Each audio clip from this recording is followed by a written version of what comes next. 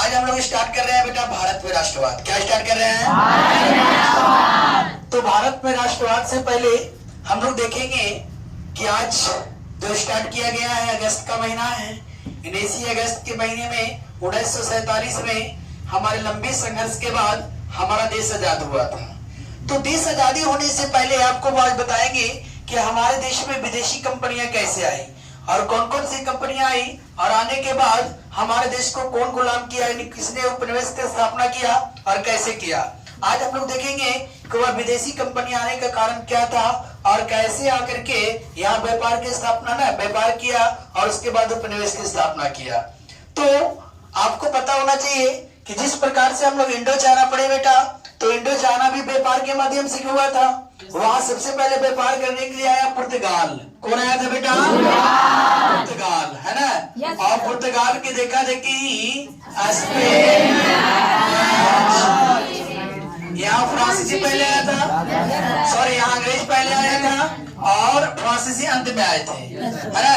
लेकिन वही इंडिया में बेटा सबसे पहले पुर्तगाल आया। इंडिया में भी पहले कौन आया? पुर्तगाल। और इसके देखा देखिए स्पेन, डच, फ्रांसीसी, तब कौन आया? तब कौन आया? है ना? तो आज पुर्तगाल के बारे में थोड़ा देखते हैं। ओवरलिप कहानी हम लोग ये 9th क्लास में पढ़े होंगे भौगोलिक खोज में, है ना? तो आज हम लोग देखेंगे पुर्तगाल के बारे में और कल का क्लास अंग्रेजों के बारे में देखेंगे कि अंग्रेज आकर के किस प्रकार से हमारे देश में उपनिवेश की स्थापना किया, है ना बेटा? तो आज पुर्तगाल के देखिए कैसे कैसे आया। देखिए यूरोपीय कंपनी, ये हमारा यूरोप है। कौन है बेटा? यूरोप। इससे लगा हमारा एशिया है, इससे लगा हमारा एशिया है और इसके बगल में अफ्रीका। कौन है बेटा? है ना? यहाँ पर आपको मिल जाएगा भूमध्य सागर। क्या मिल जाएगा? भूमध्य सागर। यहाँ पर मिल जाएगा आपको लाल सागर। क्या मिल जाएगा? लाल सागर।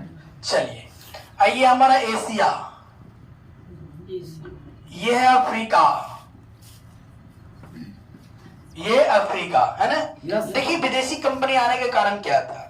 हम लोग जानते हैं कि हमारे प्राचीन इंडिया में ही, प्राचीन भारत से ही हमारे देश में एक प्रसिद्ध व्यापार होता था जो यहाँ से मसाला, क्या बेटा? मसाला और कपड़े का व्यापार बड़े स्तर से होती थी, है ना? तो सबसे पहले आपको ये हमारा यहाँ पर अरब प्रदेश है। कौन प्रदेश है? अरब प्रदेश, अरब प्रदेश, है ना? तो सबसे पहले आपको पता होना चाहिए यहाँ पर अरब के लोग आते थे यहाँ से, है ना? और यहाँ से मसाला, सबसे उस समय मसाले की बात किया जाए तो सबसे महंगा हमारा काली मिर्च। मसाले में सबसे महंगा कौन था? काली मिर्च सबसे महंगी थी। एक तरफ सोना रख दो, एक तरफ काली मिर्च रख दो, समझ रहे हो? इतनी बराबरी करती थी ये मसाला। तो अरब प्रदेश के लोग यहाँ आते थे, यहाँ से कपड़ा और मसाला खरीदते थे और यहाँ से स्थल मार्ग से जाते थे और यहाँ से जल मार्ग भूमध्य सागर होते हुए पहुंचते थे इटली। कहाँ पहुंचते थे बेटा? इटली। और इटली का एक फेमस शहर था वेनिस। कौन था बेटा? वेनिस, है ना? इटली का एक फेमस शहर कौन था? वेनिस। इसी जगह से पूरे यूरोप में माल डिस्ट्रीब्यूट होता था, पूरी जगह पहुंचता था। वेनिस केंद्र बना हुआ था। समझ गए बात को? लेकिन जब ये लोग नाव के माध्यम से जाते थे इटली, तो यूरोप के लोग ज्यादा नाविक थे, नाव चलाने में माहिर थे, है ना? तब जाकर के आपको पता होना चाहिए, जब ये नाविक को पता चला कि यार ये लोग क्या लाद के ले जाता है, क्या बेचता है, कितना मुनाफा होता है, इनका पहनावा देखो कितना अच्छा है ना? इसलिए अगर ये जानकारी हमें मिल जाए तो हम भी क्या करेंगे, यहाँ से व्यापार कर लेंगे, है ना? तो इसी बात को लेकर के आपको पता होना चाहिए 1453 ईस्वी में, 1453 ईस्वी में दोनों के बीच क्या हो गया? युद्ध हो गया। क्या हो गया बेटा? इस युद्ध में आपको पता होना चाहिए पुर्तगाल अपने आप को मानते थे कि हम लोग युद्ध में कभी हारते नहीं है, हम लोग युद्ध में कभी हारते नहीं है, लेकिन कभी युद्ध किया ही नहीं, कभी युद्ध किया नहीं। अब कभी आप आरे में तैरे नहीं हो और मैं कह रहा ना आपको, ये कोई कहे कि मैं आरे तैर करके पार कर जाऊंगा, है तो कभी कूद के देखो तो समझ में आता है। वही बात पुर्तगालियों की थी, कभी युद्ध में लड़े नहीं थे, हैं? लेकिन जब युद्ध हुआ जब युद्ध हुआ और युद्ध में हारे और हार का रस चखा, तब समझ में आ कि हाँ यार हम तो हार सकते हैं, हम हार सकते हैं। बात समझ में आ रहा? तब जाकर के इन लोगों ने यहाँ पर क्या किया गया, अरब प्रदेश के दौरान 1453 ईस्वी में कस्तूनिया है ना, कस्तूनतुनिया पर अधिकार कर लिया और ये वाला रास्ता ही ब्लॉक कर दिया गया। ये वाला रास्ता क्या कर दिया गया?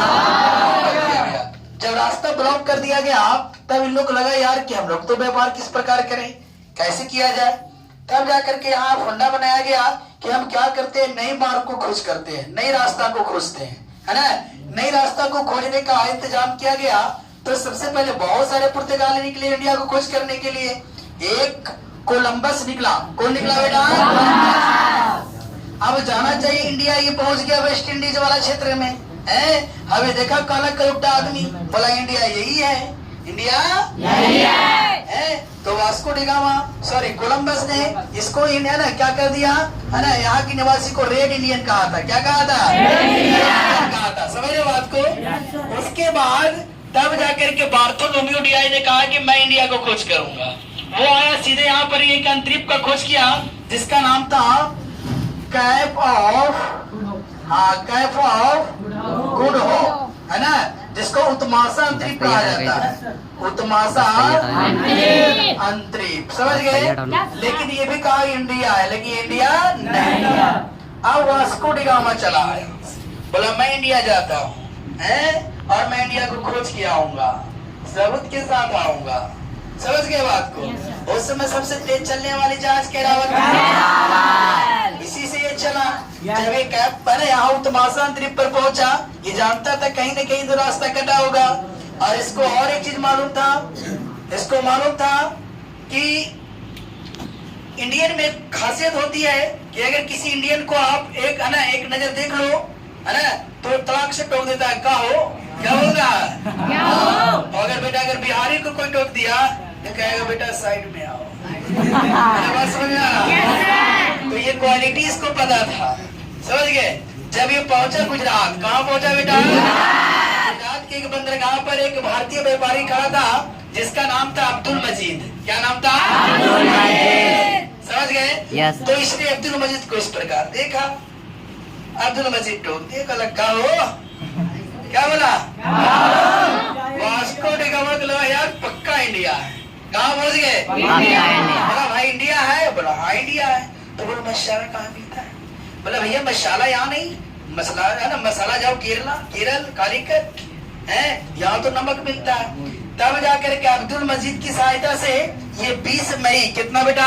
20 मई 1498 ईस्वी को ये कालीकट कहाँ पहुंचा? कहाँ पहुंचा? कालीकट। कहाँ पहुंचा बेटा? कालीकट का राजा उस समय को जमोरिन था। कौन था बेटा? जमोरिन ने वास्को डी गामा को स्वागत किया और व्यापारिक सुरक्षा प्रदान करते हुए इसको पूरा तेरह केंद्र को दिखाया कि किस प्रकार यहाँ व्यापार होती है। अब उसके पास जो कुछ भी पैसा था यहाँ से मसाला खरीदा और सबूत के तौर पर आया यहाँ, है ना। आकर के यहाँ इसको स्वागत किया गया बेटा। स्वागत करने के बाद आपको पता होना चाहिए अब यहाँ से पुनः प्लान बनाई गई कि हम इंडिया में व्यापारिक केंद्र बनाना है। तो दूसरी बार वास्को डी गामा 1502 ईस्वी में, कितना ईस्वी में? 1502 ईस्वी में वास्को डी गामा आया और यहाँ से व्यापारिक केंद्र क्या कर दिया? चालू कर दिया। बात समझ में आ रहा है बेटा? है ना। और इस प्रकार से धीरे धीरे कंपनी स्थापना करके पुर्तगालियों की एक चमकड़ा जम गई, है ना। और उसके बाद स्पेन, डच, फ्रांसीसी आकर के भी व्यापार करना शुरू कर दिए, है ना। तो इस प्रकार से इतनी कंपनियां तो आ चुकी थी, लेकिन अब आना है अंग्रेज को। किसको आना है?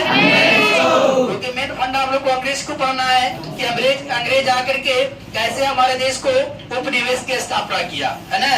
तो इस प्रकार से अगला क्लास में, कल का क्लास हम लोग देखेंगे अंग्रेजों का आगमन, किस प्रकार से अंग्रेज आया, वह कौन सा अंग्रेज था जो इंडिया में पहली बार आकर के उपनिवेश की स्थापना किया, है ना। कैसे इन लोग कांच पद्धति को जो अपना, जानते हो पुर्तगालियों ने यहाँ पर एक कांच पद्धति अपनाई हुई थी। कांच पद्धति। तो इस कांच पद्धति को भी देखेंगे कि किस प्रकार से परमिट कराना पड़ता था और किस प्रकार से अंग्रेज यहाँ एंट्री मारते हैं और किस प्रकार से कंपनी, वही ईस्ट इंडिया कंपनी की बात होगी, है ना, वो कैसे ला करके यहाँ कब लगाया गया, कैसे लगाया गया और कैसे देश को हमारा उपन्यास किया गया, यह कल का क्लास में हम लोग को देखेंगे।